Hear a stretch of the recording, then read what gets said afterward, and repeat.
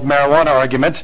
Not to denigrate it, but there it is. And J.T. Halsey says, it is my opinion that it is not only time to legalize marijuana, but to grant redress to the people that the Government of Canada and the judicial system has harmed over the years with their high-handed disregard for any kind of real justice. While thieves and other criminals walk the streets with impunity from being informers for the RCMP, people with higher moral standards have suffered loss of homes and their very futures from marijuana charges. There you go.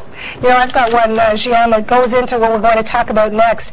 And this is from Heather Donaldson, who writes, I'm a long-time smoker, or sorry, it's from Aaron McDonald, who writes, I'm a long-time smoker, as is my wife, as was my father. Pot brought me closer to my father before he died. Joining us on the line live is Beth Kaplan with her adult daughter, Anna Doby. And like many baby boomers, Beth smoked a lot of pot in the 1960s. Well, now she, like this emailer, has indulged with Anna and her friends. Beth, welcome to you. Hi, Johanna. Tell me about your experiences. I know you wrote an article in the Globe and Mail.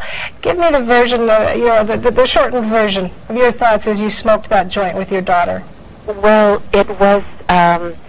the kids had asked me when they were 17, 18, I knew they were smoking. We have a long backyard, and I knew they would go back to the very end of the yard, and I knew that there were pungent smells coming my way, because I recognized them from my own youth.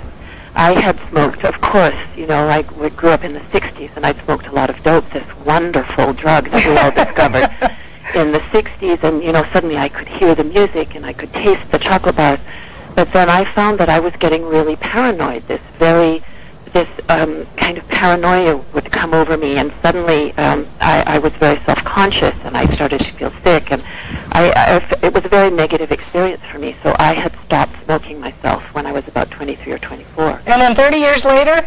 So 30 years later, my daughter was then, so when they would ask me when they were 17 or 18, occasionally they said, would you like to smoke with us? And I said, absolutely not. It's illegal. I don't want it in my house.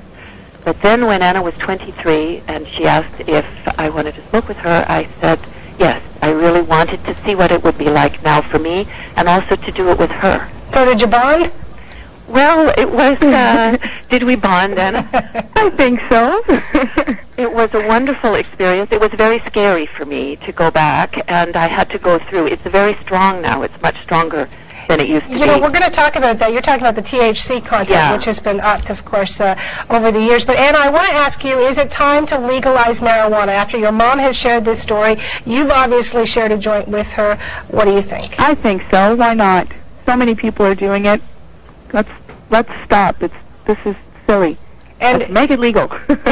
And what did you think of your mom, of you know, smoking this joint with your mom? For you, was it a positive thing? I think so. It was great. You know, it sort of showed that she's willing to try and get involved in some of the things that I'm interested in, and we laughed a lot. So it was, you know, all around, I think, a great experience. Yes, it was. So, Hannah, I thank you both for calling. Jian, you know, Anna mentioned the THC, or Beth mentioned the THC levels different from what she knew when she was smoking them in the 60s. And, of course, the research shows that she was listening to, I think it was the Beatles, wasn't it, Beth? Yeah. Yellow Submarine, I think she said it was. The THC levels, what can you tell us about that, Jian, and the difference? Well, I think that this case proves that it's those derelict baby boomers that are the problem here. You know, we Gen Xers and younger are really trying to shape up this society, and the baby boomers just can't stop smoking dope. Well, let me put that to Stephen Meredith here. Not that you're a baby boomer and you can't stop smoking dope, but tell me about the THC levels and what we're talking about when we use that term. You certainly hear a lot about that these days. So the THC levels, marijuana today is stronger than it used to be, and that's true. It is definitely stronger. Different growing techniques, and people have managed to manipulate the seeds and make them stronger.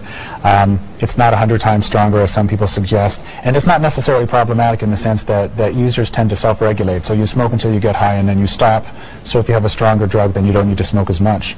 So the health effects that you were talking about earlier would be lessened? In fact, it could reduce some of the smoking-related harms if you don't need to smoke as much. However, some people will mix it with tobacco as a way of, you know, reducing lightening the load, if you will. Yes. We've got Mike on the line. Yes, Jian, sorry. I was just going to say, interestingly, this is the argument, as you heard in Play Goes to Pot, that the RCMP and law enforcement uses to say, hey, it's not the sweet drug that it was. You know, it's much more harmful now. Okay, we're going to hear from Mike from Saskatchewan. He's on the line. Welcome to Play Goes to Pot, Mike. What do you think? Is it time to legalize marijuana? Of course it is, Susanna. I recently saw a senator from North Dakota say he was equating Canadian marijuana with crack cocaine use. And I can't believe that we dictate our public policy by what some guy in North Dakota says. That's just totally wrong. What would you like to see happen? Decriminalizing, of course, to begin with, and then legalizing. I think it'd make our society completely, it'd turn the alcohol abuse problem possibly completely on its head. And that's a whole other issue when we talk about alcohol versus cigarette smoking versus pot smoking. Yeah, the harm to society that alcohol causes compared to marijuana is just incredibly, like, it costs our society so much more. And alcohol is legal, yet pot, you go to jail. I thank you so much for calling into our program, and I hope you stay with us to watch as we continue this Play Goes to Pot special with your opinions. Jian, last hour we heard from political leaders on their experiences with pot. One of the people we didn't hear from was Gilles Duceppe. What happened there? Well, we got to him a little late, or he got to us a little late, but we did get him this past week. So actually, I think we're going to run it right now and hear what he thinks the law should happen with the laws and whether he's ever smoked. Here's Gilles Duceppe.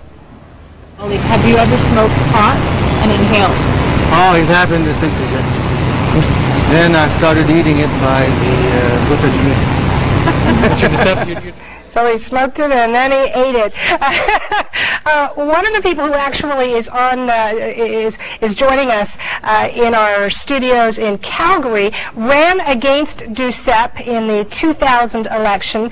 This time around, he is running against Paul Martin, the leader of the Liberals. He is the leader of the marijuana party, Boris Saint-Maurice. And as head of the party, well, it's pretty clear what your position is. I know you're going to say, yes, it is time that pot was made legal in Canada, but tell me why.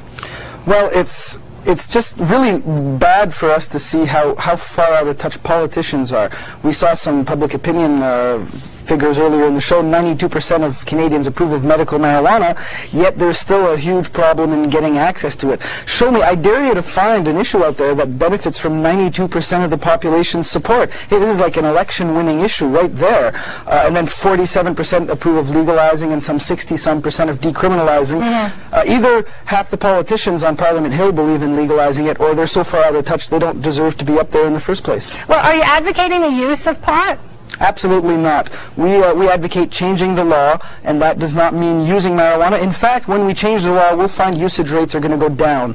As we do with tobacco and alcohol, we find that usage rates have been dropping steadily because we have labeling, and we should have labeling on legal marijuana with honest information about what the risks are and what the possible benefits are. And I don't even see why we don't label beer. There should be some sort of warning on that as well. You know, Boris, Bill C-36 was on the table. It died on the order paper, of course, a few weeks ago when the election was called by Paul Martin.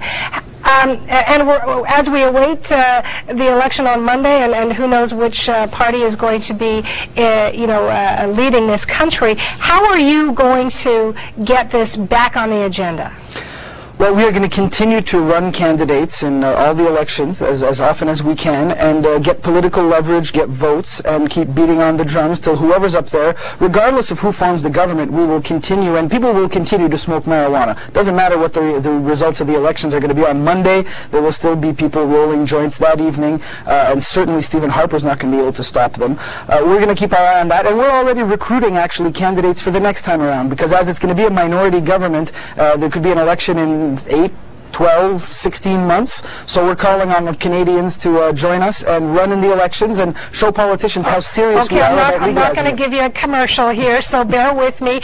Joining us from Ottawa is Boris, is Diane Watts. I'm sure she doesn't like what you're saying. She's with an organization called Real Women, which is opposed to the decriminalization and obviously opposed to the legalization of marijuana. Let me hear your thoughts on this, Diane.